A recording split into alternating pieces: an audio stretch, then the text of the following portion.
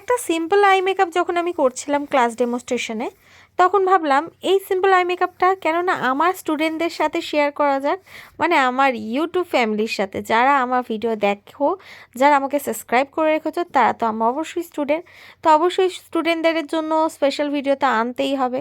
তো দেখো আমি আই বেস করছি।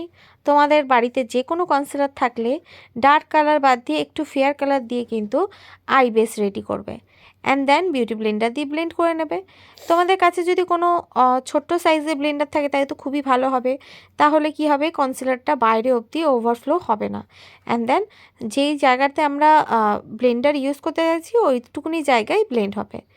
আমি you can be shadow palette থেকে পুরো লাইট একটা পিঙ্ক কালার নিয়েছি, আর নিয়ে ডাইরেক্ট কিন্তু চোখের আই বেসে আমি কোনো কম্প্যাক্ট না ইউজ করে ড্যাব ড্যাব করে বসিয়ে একটু হালকা হালকা ছড়িয়ে নিচ্ছি।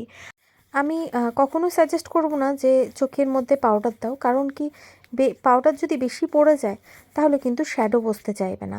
তো অবশ্যই বলবো পাউডার না দিয়ে যদি ডাইরেক্ট শ্যাডো ইউজ করো তাতেও কোনো অসুবিধা নেই।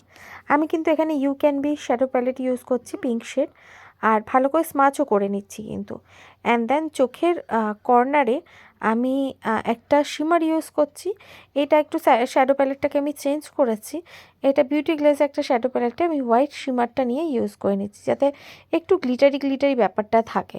মানে হয় না, যেহেতু একটু চোখটা একটা স্মোকির ব্যাপার আছে বা হচ্ছে একটু লাইটিং ব্যাপার আছে, সেটাতে আমাদের গ্লিটার না দিলে কিন্তু হয় না। মানে গ্লিটার আমাদের একটু দিতে হবে, সরি, যেটা হচ্ছে লিকুইড প্যালেট শিমার যেটা হয়। আর যদি মনে হয় যে গ্লিটার দেবো তাহলে সেক্ষেত্রে ডাস্ট গ্লিটার ইউজ করতে পারো, কোনো অসুবিধা হবে না। কিন্তু চোখে যদি বেশি ভাঁজ পড়ে তাহলে কিন্তু ডাস্ট গ্লিটার ইউজ করলে সমস্যা হতে পারে। অ্যান্ড দেন পিএসসির মাইক্রো ফিক্সার দিয়ে দিচ্ছি, যেটা আমি প্রতিটা ভিডিওতে তোমাদের সাথে শেয়ার করে থাকি। যখন মাইক্রো ফিক্সার দিয়ে দিয়েছি তারপর মেকআপটা সেট হয়ে যাওয়ার পরে আমি আইব্রোসটা করে নিচ্ছি। দেখো আইব্রোসটা কিন্তু আমি একেবারেই কনসিলার নিয়ে জেল লাইনার নিয়ে কিন্তু আইব্রোসটাকে কমপ্লিট করছি, বারবার কিন্তু কোনো জেল লাইনার ইউজ করছি না। আর একেবারেই দেখো ফিনিশ হয়ে গেছে। এরপর আমি শ্যাডো প্যালেট থেকে ব্রাউন শেডটা নিয়ে ওটাকে স্মাচ করে একটু গাঢ় করে দিচ্ছি, যাতে আইব্রোসটা সুন্দর হয়ে যায়, আর বেশি একটা যাতে আর্টিফিশিয়াল দেখতে যাতে না মনে হোক। আর হাত দিয়ে আইব্রোসের সামনেটা আমি স্মাচ করে নিচ্ছি। দেখো কত সুন্দর লাগছে, আইব্রোসটাকে আমি ড্র করে নিয়েছি, কি ভালো লাগছে না? এবার দেখো আমি হাইলাইটার দিয়ে, আমি হোজোর হাইলাইটার এখানে ইউজ করছি, চোখের আইবলের কাজটা অবধি দিচ্ছি আর একটু ছড়িয়ে ছড়িয়ে নিচ্ছি। হাইলাইটারটা খুব বেশি গ্লো করে, খুব ভালো লাগে। এখানেও আমি হোজো হাইলাইটার দিচ্ছি, এটা হচ্ছে একটু মানে পিঙ্ক কালার, ঠিক আছে, যাতে ওই হাইলাইটারটা এটার সাথে যাতে কোনো ম্যাচ না হয়। দেখো চোখের মধ্যে যখন দিয়ে দিলাম কী ভালো লাগছে। এবার চলে আসছি আইলাইনারে। আইলাইনারটা না দিলে তো হয় না, তাই না? সিম্পল আই মেকআপ করলে কিন্তু লাইনারটা অবশ্যই সুন্দর আর ডিপভাবে দিতে হবে, যাতে মানানসই হোক। দেখো আর এই চোখে দিয়ে দিচ্ছি আমি কিন্তু এখানে রিকর্ডের লাইনার ইউজ করছি।